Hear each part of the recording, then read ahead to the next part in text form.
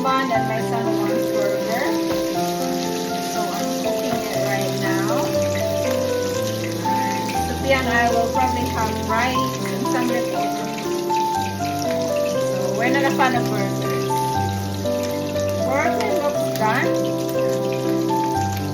So luto na siya.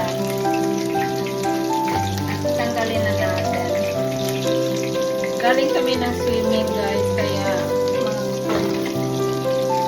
late night na. Tanggalin ko na to. Lagay na natin dito. And then they want some eggs in their burger as well. So I wanted to make scrambled egg, but last minute they want fried egg. So I don't know. I'll just dump it. I'll just use the oil from the burger.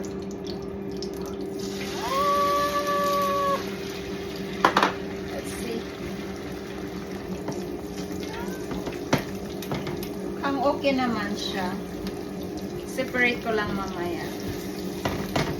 Like that. By the way, the noise in the background is the air fryer. I'm also making fries.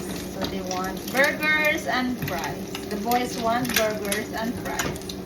Sophia and I will have rice, eggs, and leftover vegetables that I cooked last night. No need to add salt sa eggs kasi may flavor na yung beef patty, yung burger patty. So, no need na.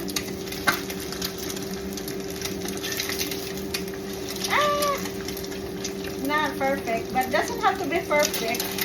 As long as it's cooked. Okay lang yan. Okay lang yan. Medyo marami lang siyang oil. Pero ano pa naman yan dyan mamaya sa paper towel. Para matanggal yung oil. Okay, eggs is cooked. Tanggalin na natin. Lagay natin dito para matanggal yung oil. There you go. There. Konti.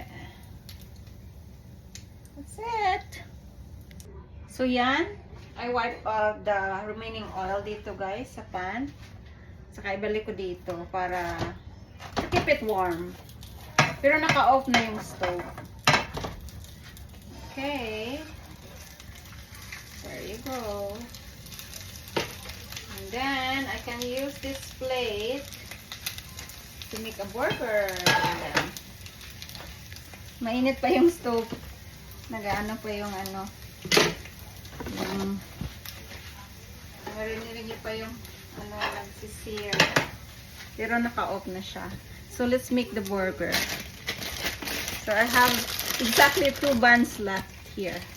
So tag-isa yung asawa ko at ang anak ko. I guess no need to warm it up kasi ano na, what is it? The food is hot and cooked enough. So I don't know exactly which one is going first when you make burger. So I'll guess I'll do this thing first like that.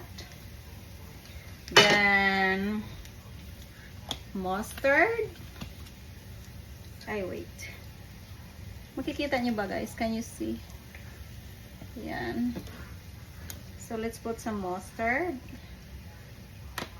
And then ketchup. Ay! Paubos na. Ketchup. Then, what is this? Sweet relish. Para siyang pickle, pero ano siya, maliliit. Yan. And then, I guess I have to, this is only the available vegetables I have. We haven't gone to grocery yet.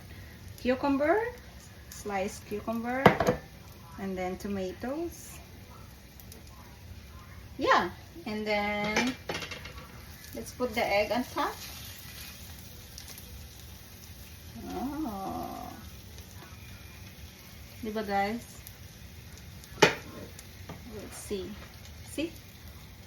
Burger is ready. Ilagay ko lang yan sa ibabaw. See? Oh! Medyo mahulog. Ah, napasobra ata. Let's put it back. Cucumber. Yan guys. Burger is ready. Let's eat.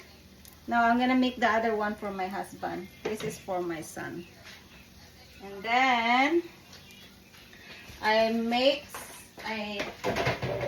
also make some fries in the air fryer. So where is my tongue? I need my tongue. So fries. Ay, nahulog. Okay, that's good.